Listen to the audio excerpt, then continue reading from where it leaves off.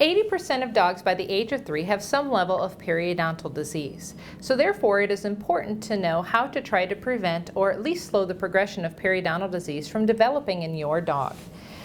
Even puppies, such as Barney here, need to have dental care, or at least start having them get used to things that may help them in the future to try to help prevent periodontal disease. And the gold standard to do that is toothbrushing. So even like in a puppy like Barney, he's going to lose his baby teeth right around anywhere from 4 to 6 months of age. And so the deciduous teeth do not need as much care related to them.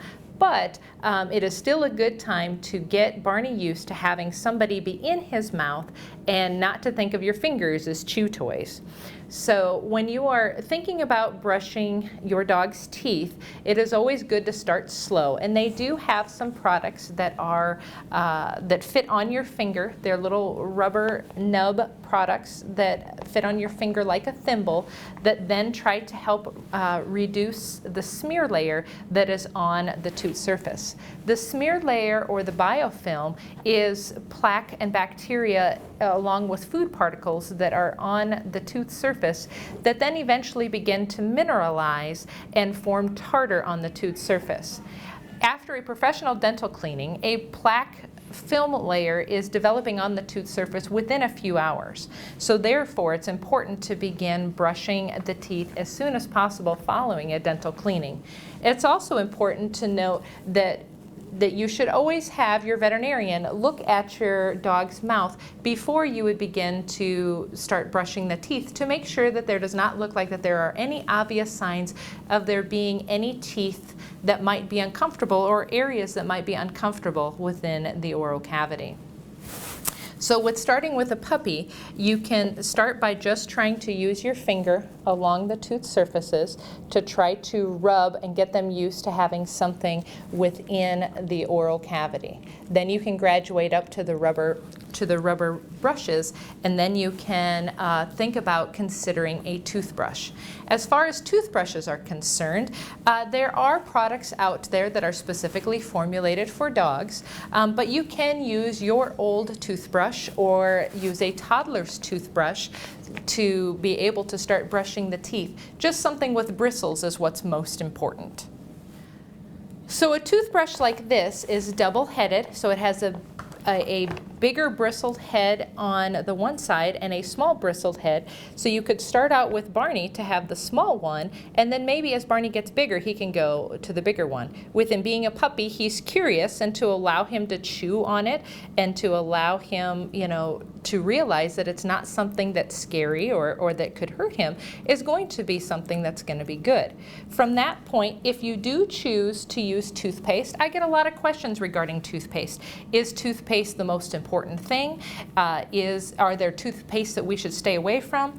The biggest thing to remember is that as far as for toothpaste and toothbrushes go, the most important thing is that it is safe for your dog. So therefore, you should never ever use human toothpaste for your dog because the human toothpaste on there has a compound in it, or many of them have compounds in it, that can actually be very destructive and fatal to your dog and make them at the very least very, very sick. So human toothpaste was designed for us to swish and spit it out. And unfortunately, I don't think Barney's going to be able to grasp that concept in the near future. So when it does come around to trying something such as a toothpaste, you can use something like a manufactured toothpaste, which Barney wants that instead. Or you can use something that is flavored. This one it has a poultry flavor to it, so it is meant to be swallowed for that. So you can see that Barney's just kind of licking it off there. He likes this. If Barney wouldn't like this, something else that you could try would be baby food or canned food. So when you are trying to brush the teeth, you want to try to make sure that you can kind of restrain, and we'll see if this will work with Barney since he's going to be a newbie at this. But you want to try to see if you can just hold their mouth shut and just brush the front of the teeth in a circular motion, trying to angle about 45 degrees towards the gum line. You can see Barney's more interested on chewing that, but that's okay too. The other thing that you can try, and let's see if we can try some baby food. You got to work with me for this, kiddo. Okay, so there's some baby food on here now. And trying to, hold on, Barney. He's like, oh, I really like that baby food. Allowing him to chew on it is going to help to get him used to being in there. But one of the things is that you don't have to pry the mouth open to brush the inside surface of the tooth. The tongue itself with the little papilla, the little ridges on the tongue, that will actually brush the inside surface of the tooth. So trying to brush their teeth in a circular motion, trying to get all the tooth surfaces that face the outside surface, making it a treat and trying to make it as pleasurable an experience as possible for him is going to be important. This is Barney's first time at toothbrushing.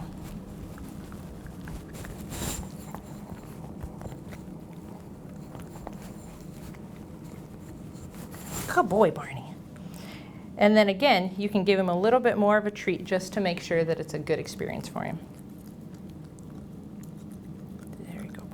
Remember, when you are attempting to brush the teeth, make sure that, again, you try to make it as pleasurable an experience as possible. Try to find something that your dog loves to do, whether it's the nightly walk, whether it's mealtime, whether it's a favorite toy or treat. That is going to be the time that you should brush the teeth before you allow them to experience their special thing.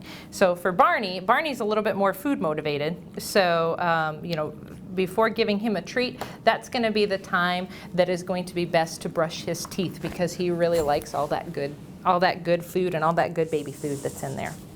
So I hope I have given you a few tips today to try to help make toothbrushing and starting toothbrushing in a dog more pleasurable for you and more pleasurable for Barney.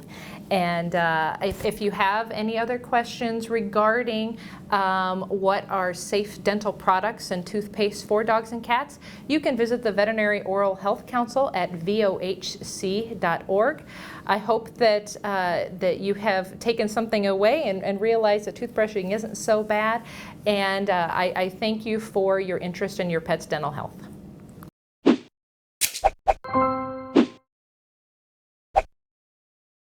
Over 70% of cats have some level of periodontal disease by the age of 3. Periodontal disease is something that is very common in cats and can easily be prevented with proper home care.